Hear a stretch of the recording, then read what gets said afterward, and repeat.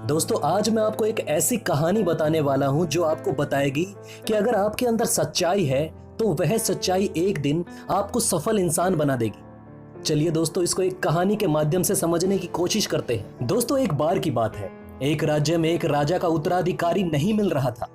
काफी मशक्कत के बाद राज्य के मंत्रियों ने सलाह दी कि आप शहर के होनहार छात्रों का इंटरव्यू लीजिए या फिर जो भी काबिल लोग हैं हम एक बार शहर में उनको ढूंढते हैं। कहीं ना कहीं हो सकता है कि हमें सही उत्तराधिकारी मिल जाए। लेकिन राजा को यह बातें समझ ही नहीं आई। राजा चाहता था कि उसे जो उत्तराधिकारी मिले वह सच्चा हो, उसका दिल अच्छा हो।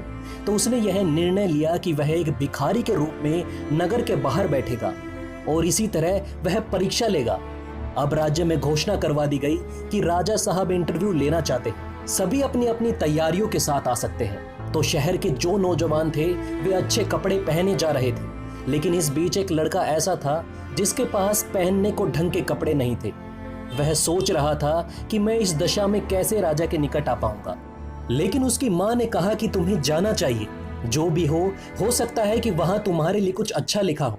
लेकिन उसका मन नहीं माना और उसने उधारी के पैसों से एक जैकेट खरीद ली। उसके मन में था कि हो सकता है कि इससे मैं कुछ अच्छा दिख पाऊं और मेरा प्रभाव राजा के ऊपर जम जाए।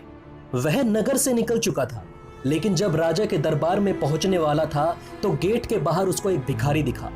भिखारी ने हाथ जोड़कर निवेदन किया कि ठंड का मौसम था और उसे ठंड लग रही थी। लड़के से कहा कि अगर आप मेरी एक मदद करेंगे तो मैं आपका आभारी रहूंगा। मुझे ठंड लग रही है, क्या आप मुझे पहनने के लिए कुछ दे सकते हैं? अब लड़के ने सोचा कि बड़ी मुश्किल से जैकेट मिली है, अगर ये भी दे दूंगा तो अपना प्रस्तुतिकरण राजा के समक्ष अच्छे तरीके से नहीं कर पाऊंगा। उसने अपने दिल की बात सुनी और जैकेट उसे दे दी। थोड़ी देर बाद लड़का अंदर पहुंचा और उसका नंबर आया। अचानक से उसके सामने राजा आ गया। लड़का अचंभित हो गया था कि उसने कहा कि क्या आप वही हैं जिसको मैंने जैकेट दी थी? तो राजा ने कहा कि बिल्कुल मैं वही हूं। लड़का पूछता है कि आप मुझे बता सकते हो कि आपने ऐसा क्यों किया? तो राजा बताते हैं कि मैं राज्य के लिए एक उत्तराधिकारी ढूंढना चाहता हूं और मुझे वह उत्तराधिकारी मिल चुका है।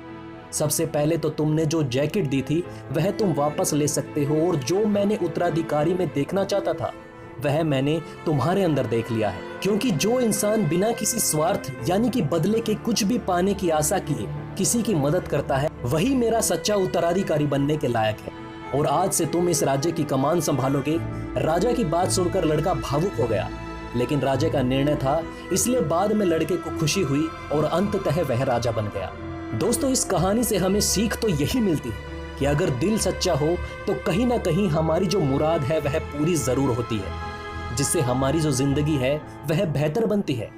क्योंकि अगर हम किसी की मदद बिना किसी स्वार्थ के करते हैं तो बदले में कुछ भी पाने की लालसा नहीं रहती।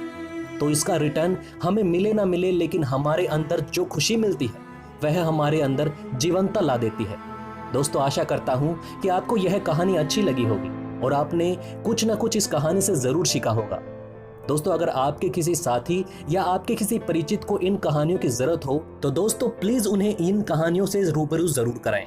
इसी के साथ दोस्तों मिलते हैं अगली कहानी में, तब तक के लिए हमारे चैनल पर बने रहें। इसी के साथ मिलते हैं अगली वीडियो में, तब तक के लिए धन्यवाद।